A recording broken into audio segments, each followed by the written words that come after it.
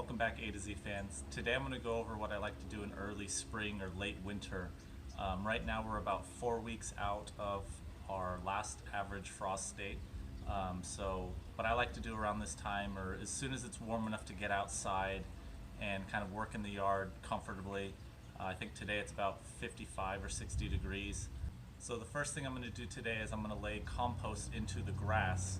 I've already mowed the lawn. I mowed it a little bit shorter than I normally do, and I'm going to break it up with a rake. So all you need is some compost and a rake and a little bit of elbow grease, and this will fertilize your lawn throughout the grow season. I try to do this early so I don't have to do it when it starts to get kind of warmer. So a nice day today, it'll take me maybe 5-10 minutes to do this in my backyard lawn. I already did the front yard. What I also like to do is when I'm finished, I turn on the sprinklers and let it water it in. And at the same time, I'm going to check the sprinklers to see if there's any breaks. I actually noticed one of my sprinklers in the front yard is broken doing this. And this gives me a good amount of time to fix it before I actually need to use the sprinklers. If you wait till it's already hot and you need to use the sprinklers and you don't get a chance, a lot of times your lawn can burn that way because you just weren't able to get to it in time, and the lawn will actually need the water. So right now the lawn doesn't need the water as much, so it's a good time to check your sprinklers and get them all working and functioning properly. Here's the time lapse of me putting in the compost and spreading it out.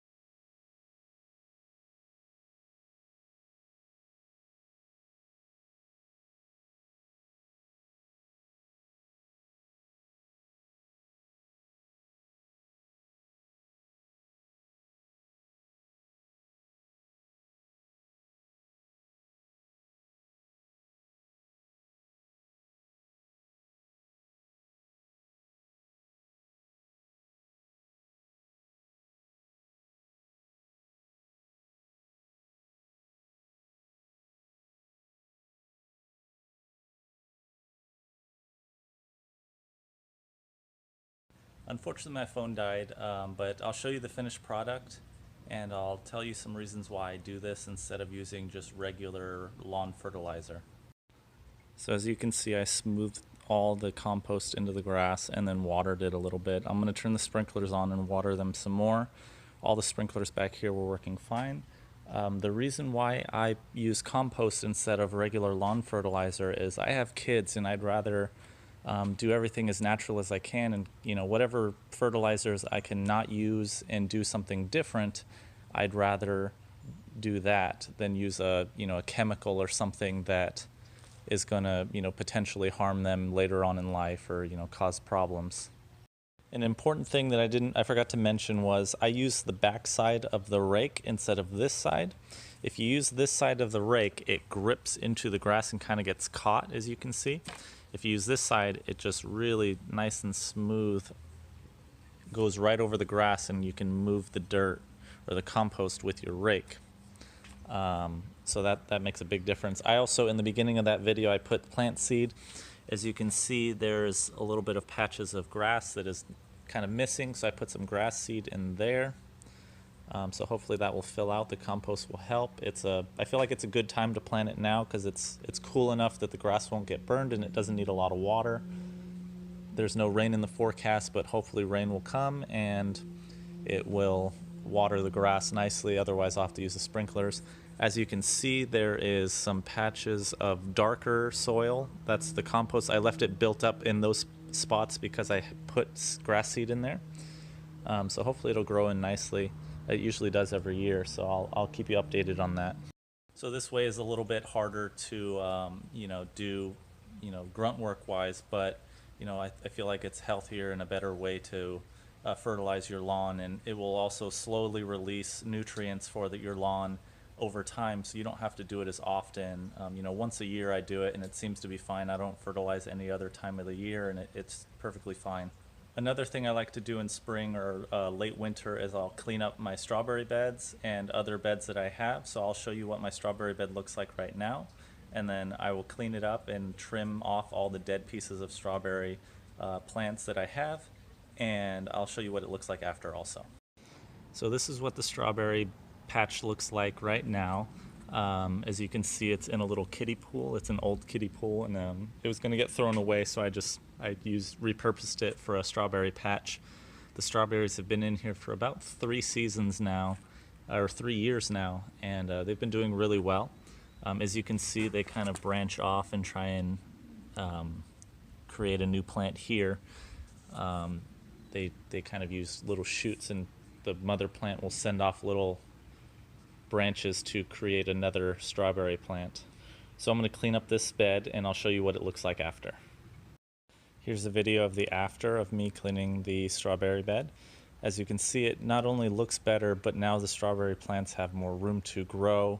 The leaves that are below now are able to get sunlight and actually help the plant grow bigger overall. The way that I cleaned out this strawberry bed, I used garden shears and just my hands. A lot of the dead material you can just pull out with your hands. Really easy. The key is to not pull out the actual root zone. So you can see right in here, that's where the roots are coming from. It's a little ball of, it's almost like a thick stem. You want to leave that intact even if there's not much growth growing off of it, because when it warms up, that plant will start to put out new leaves and really take off. So really try and leave those in, even if it looks dead. So I just cut off all of the little pieces like this. I miss some of them, but I'll cut that out or pull it out, and then it just kind of cleans up the bed a lot more. Another thing I like to do in early spring is start my seeds that I'm going to plant for the garden this year. I'll show you a cheap and easy way that I start seeds indoors, and they're ready in a few weeks to move outdoors. I usually start them around 4 to 6 weeks inside, and then move them out when it's a few weeks past the last frost date, just to be safe. I often bring them in and out of the house when they're big enough to go outside and get used to the wind and the outside weather. This is how I like to start seeds in a cheap and effective way. Go to any grocery store and get a salad. This one cost us $8.79 from Costco. It was a Caesar salad. It fed a bunch of us, and so you just empty the salad contents and eat it, and then when it's empty you clean it out, and then what I like to do is I go and buy these from any box store. You can get them from Walmart or Home Depot for less than $4. So it's about $12 for a greenhouse and pellets. And what you do is you put them in, and then you're going to add water to them. And then what I like to do is I like to write down what I plant in each row. So I'll mark the container. So I'll mark it, right, left, top, and bottom, so that if the lid gets turned around any which way, it doesn't matter. You won't lose, the direction. You'll know where the top and bottom and which row is which. So I'm going to fill this up, and then I'll fill it with water, and then I will show how it grows and then how to put the seeds in it in an easy way that I found. So we fit about 40 plants in here, or pellets. So I'm going to fill it with water, and the pellets are going to soak up the water, and then it'll soften so that you can put your seeds into the pellets.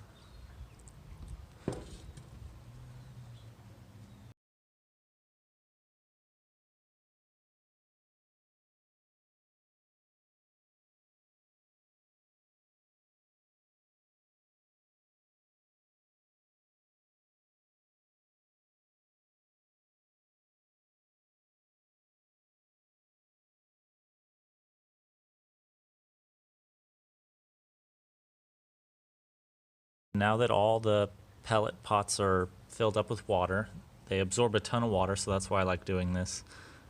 You break open the top here. So you kind of just open it up, and then I like to use a skewer to make a hole, and then you're going to drop in your seeds. I'll usually put 1 to 2 in each hole, and then I use the skewer to close it. Do the same thing over here.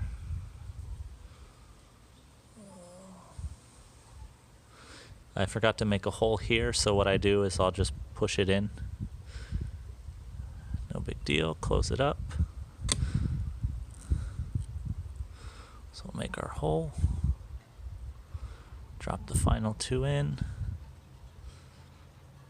And there we go. The reason why I like to start my seeds in the pellet pots is because they absorb a ton of water, which prevents the seeds from drying out. When I try it in a different way, a lot of times if you forget to water them every day or close to every day, new seedlings will dry out, and that's just not a good way to start them. They'll end up dying. The other reason why I like to do this is it makes caring them and taking care of them pretty easy, because you can keep track of exactly which plant is in each pot, and you can have 30 or 40 of them in a container this big, which is pretty convenient when they're first starting out. Other things that I do with these is before you plant them in the ground, or before you up pot them, you take off that outer paper layer that we broke open. So that will sometimes prevent the roots from kind of expanding. So when you up pot them, you're going to take that paper part off. It'll crumble a little bit, but it's not that big of a deal. It doesn't make too bad of a mess, but that just gives the roots a ton of room to expand into the new pot. When I bring these inside, I'm going to put them under a grow light. I'll keep the light about 4 inches above the container top. I'm going to seal the container, or put the lid on the container, and every two days or so I'm going to open the container to give it fresh air. You don't want to leave it in there for too long. The reason why you want to leave the lid on is it will keep all the condensation inside and the warmth inside of the container, so your house doesn't have to be that hot, but the container itself will be warm enough to get the seeds growing. That does it for this video. Those are the 3 things that I like to do in spring. Please like and subscribe, and thanks for watching my channel.